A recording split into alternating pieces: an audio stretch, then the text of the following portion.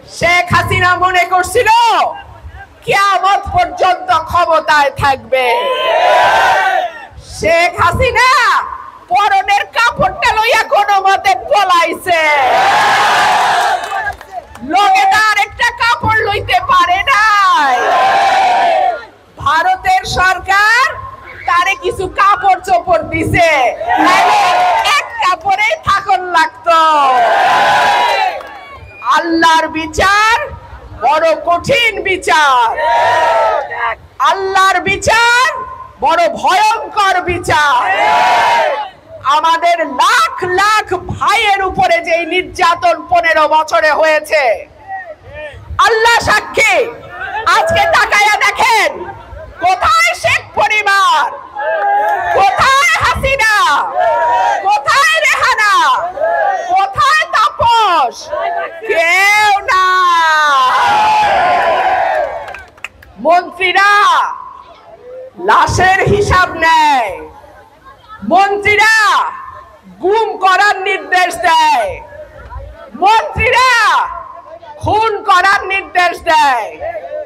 আমার বোনের কাছ থেকে আমার ভাইকে তুলে নিয়ে যায়, আমার ভাইয়ের কাছ থেকে আমার বাবাকে, আমার চাচাকে তারা গুম করে। এখন আদালতেও যাইতে পারে না। মাইনসে পচা ডিম আর কি জুতা লইয়া রেডি থাকে। কোরআনে আল্লাহ পাক বলছেন, ওয়াতুইজ্জু মান তাশা ওয়া তুযিল্লু মান তাশা। আমি যাকে ইচ্ছা সম্মান দান করি, যাকে ইচ্ছা আমি বেইজ্জত করি।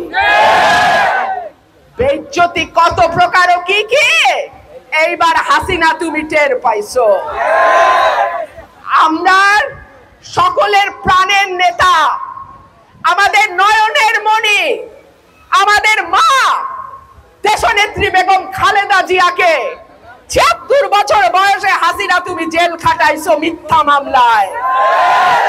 আমাদের মাকে তুমি বাড়ি ছাড়া করছো, ঠিকানা ছাড়া করছো হাসিনা। বাংলাদেশের মাটিতে তোমার আর জায়গা হবে না। ৭৬ বছর বয়সে পলাইছো তো শ্বশুর বাড়ি। আল্লাহ করে যেন কবরটাও তোমার বাংলাদেশে না হয়। আমার মা, আমাদের মাকে ঠিকানা ছাড়া করেছে যেই মহিলা, বাংলাদেশের মাটিতে সে ফিরতে পারবে না। আমরা তার সমুচিত জবাব দেব ইনশাআল্লাহ। আমরা ধৈর্য ধরছি, একদিন না, 2 দিন না, 15 বছর আমরা ধৈর্য ধরছি। আল্লাহ তাআলা বলছেন, সবর করো বান্দা, তুমি সবর করো। আমরা সবর করছি, আমরা ধৈর্য ধরছি। ইনশাআল্লাহ আপনাদের ভোটে, জনগণের ভোটে ধানের শীষ আগামীতে রাষ্ট্র ক্ষমতায় যাবে ইনশাআল্লাহ। আমাদের নেতা জনাব তারেক রহমান রাজার মতন দেশে আসবে ইনশাআল্লাহ। আমাদের নেতা কর্মীদের বিরুদ্ধে যত মিথ্যা মামলা হয়েছে, আমি দাবি করছি এই সরকারের কাছে এইসব রাজনৈতিক মিথ্যা মামলা তুলে নেওয়া হোক। মিথ্যা মামলায় বহু দৌড়াইছি আদালতে আদালতে, বহু দৌড়াইছি আমরা কোর্টে কোর্টে, আর কোর্টে দৌড়াতে চাই না। এখন দেশ গঠনে কাজ করতে চাই।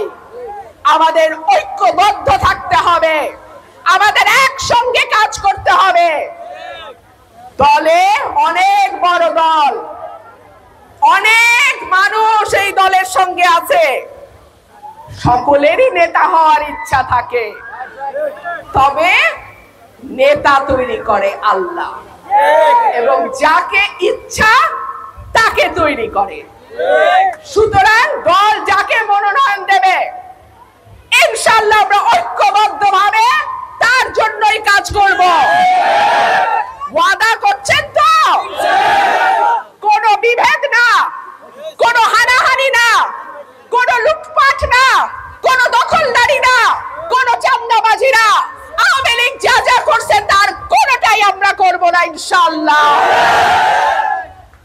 অনেক অত্যাচার তারা করছে, তার জবাব বিএনপির দেওয়া লাগে নাই, দেশের সাধারণ মানুষ তার জবাব দিয়ে দিছে।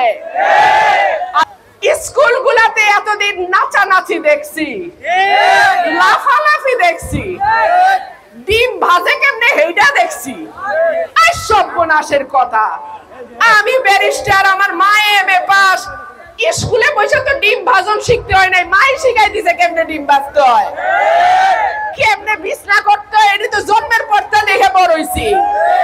এইটা দেখানোর জন্য কি স্কুলে পয়সা দা ফরন লাগে? এইটার জন্য তো স্কুলে পয়সা দা ফরন লাগে না। স্কুলে গেছি যাতে দুইটা পড়া বুঝতে পারি, শিখতে পারি, যাতে ভবিষ্যতে একটা চাকরি করতে পারি।